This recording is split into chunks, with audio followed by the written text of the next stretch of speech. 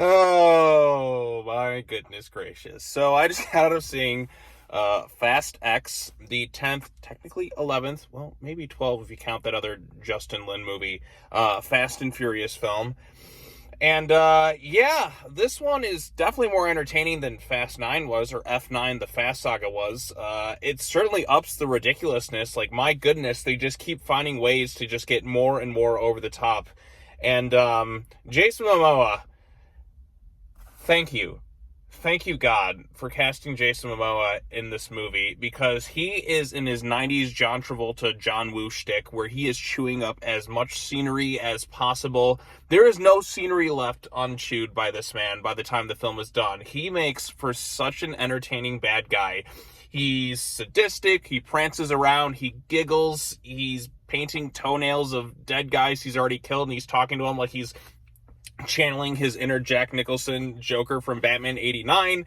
He is having so much fun, and he is the main reason to watch this movie. Everyone else is, they're fine and all, but Jason Momoa, man, he makes for such an entertaining bad guy.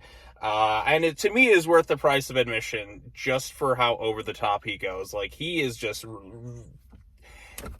amazing in this movie. He is my favorite part by far. The rest of the film, you're either on board with this series or you're not. Like, it just gets so ridiculous. From the first real action scene where there's this bomb that seemingly has no wheels. It's like a big game of pinball in Rome. This thing just keeps going from, it just gets pushed and it just never stops momentum. Things don't make sense at all. The fact this thing collides through vehicles, but somehow Dominic Toretto's vehicle is perfectly fine every single time. There's some really ridiculous action sequences. There's some stuff with the helicopters. It just gets dumber and dumber as the movie goes on. And there's some ridiculous stuff, reveals by the end of this film that just make the audience just go, wait, what? Oh, come on.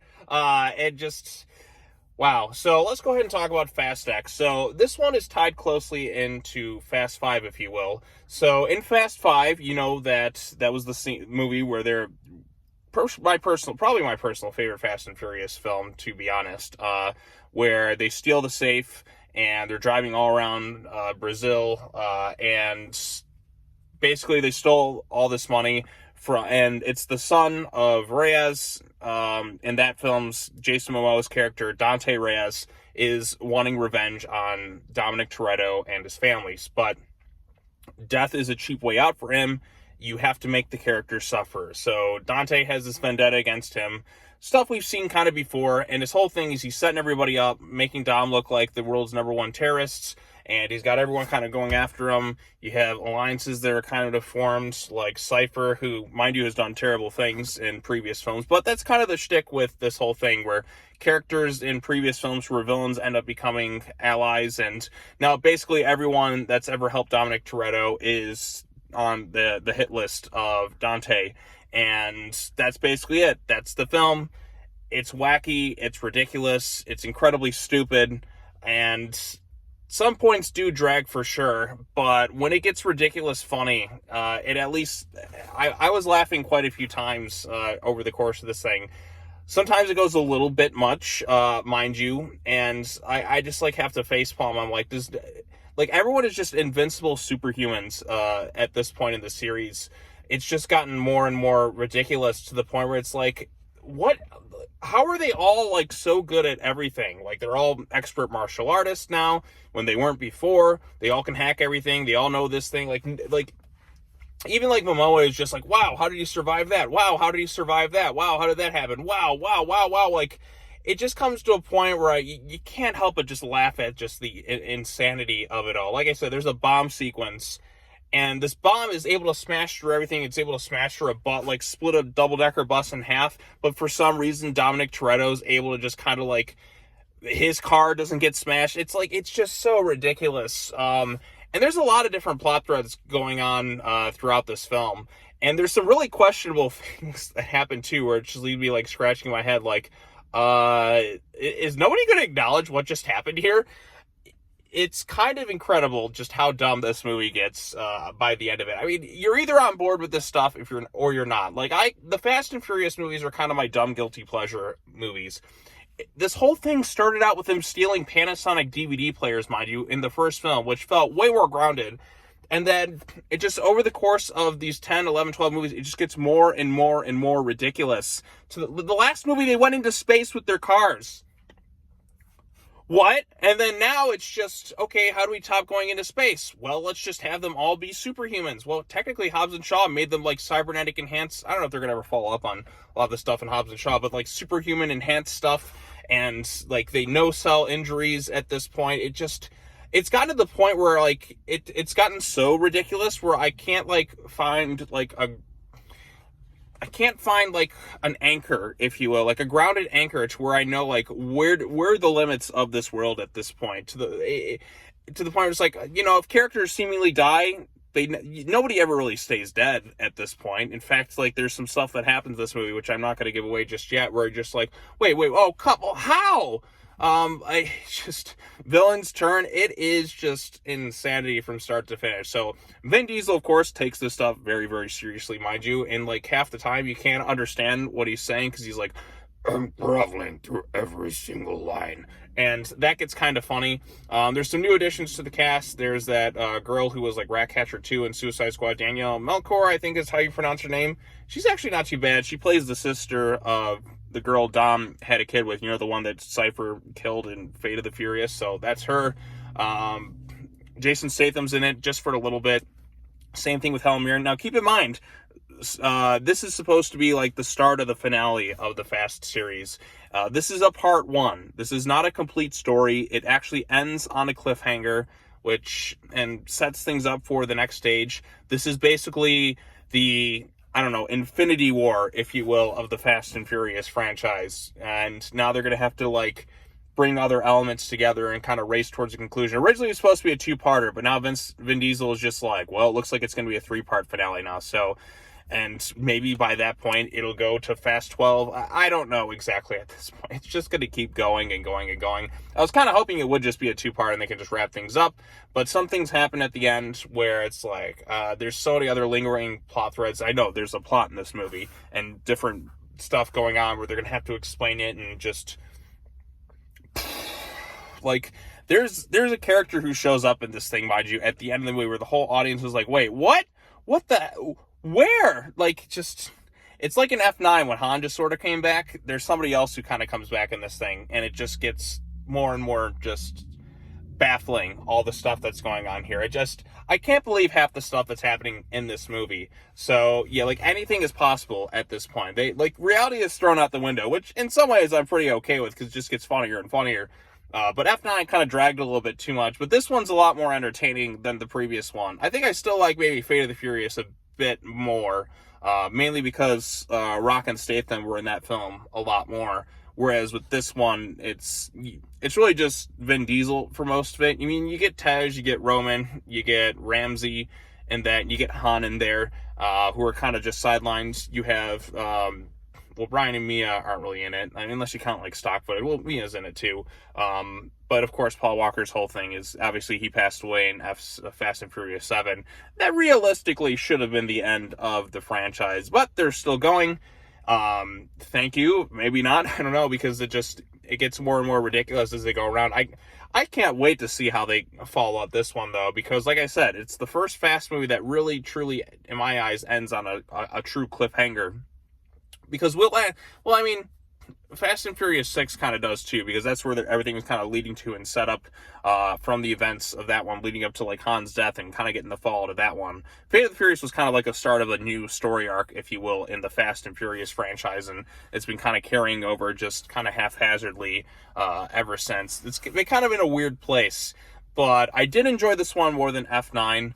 I still think I like Hobbs and Shaw a little bit more than this one, but this one definitely had the most entertaining villain by far in Jason Momoa. He is basically the Joker to Dominic Toretto's Batman, if you will, because he's a guy like who is pretty much in love with, hates Dominic Toretto, but absolutely loves him. And like I said, he is giggling, he's prancing around, and he is just like, there's like this is the scenery, and this is Jason Momoa. He eats all of it. He chews it all up throughout the course of this entire movie. And it just, like I said, it ends on a cliffhanger, and I guess I just got to talk about it. So I guess go check it out. If you're into these movies, you'll probably enjoy it and get really into it. If you're not in these movies, I don't think this will win you over. If you haven't seen one in a while, I mean, they explain things, sort of. It's very unrealistic. Just, I don't know what else to say, really. So I just guess I got to talk about some of the ending of this movie. So, full spoilers from this point onward, because I got to talk about this ending. So, in 5, 4, 3, 2, 1. Okay, so ending of this movie ends with Dominic Toretto racing down like the Hoover Dam, if you will. How his car, like how he survives this thing, like I was laughing my ass off. Like there's some really stupid stuff. Like Jacob supposedly dies, which he's probably going to be fine because they don't actually show his body. Dante lures Don and his son into this trap.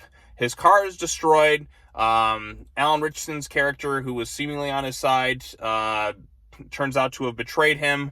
The team gets their plane shot down, which tells me they're going to be totally fine. And then Dante is just kind of like, okay, your suffering is over. Now it's time for you to die, Dom. So there's that. Cypher and Letty basically were like off this black site prison, and they escape. They're in Antarctica, and the sub, I guess, from Fate of the Furious is there. And then it breaks the ice, and you see somebody there.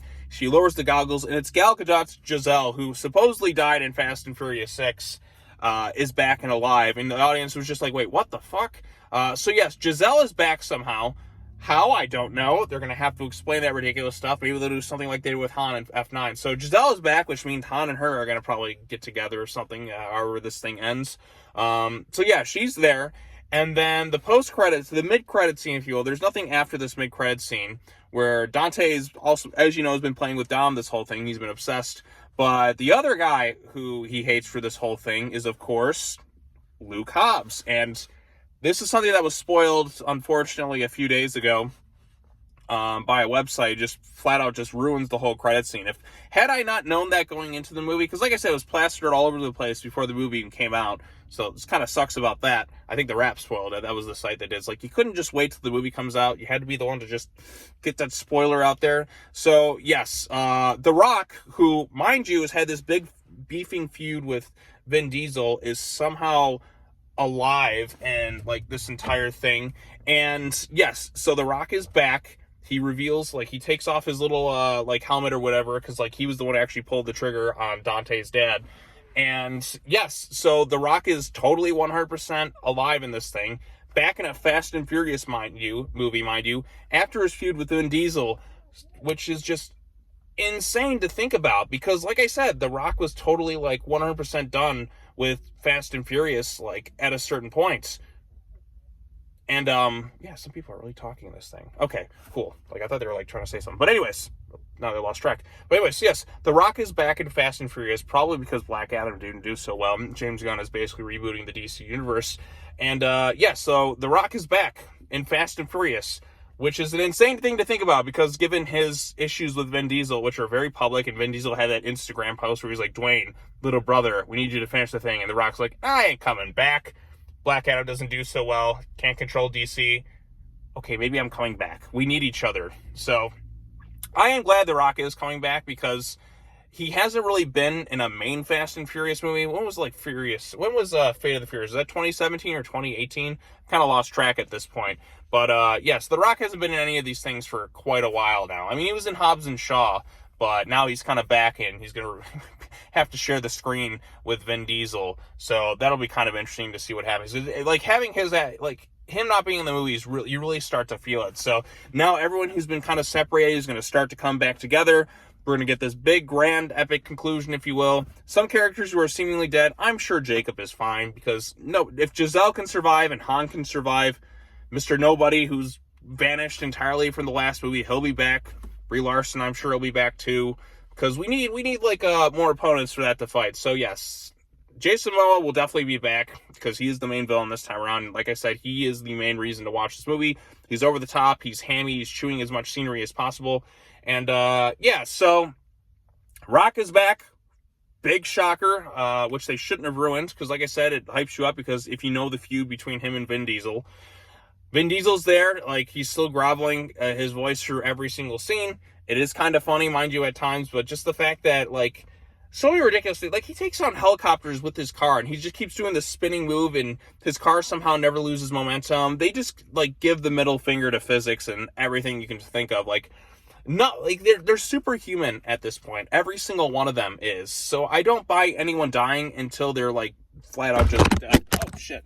As I knock off my phone, mind you. So, so yeah, I don't buy anybody dying until, like, they've been cream. I don't know. Like, nobody stays dead in these movies. I'm sure they're gonna bring back, like, a character who died in one or something at some point, because let's face it, it's gonna happen. So yeah, Fast X.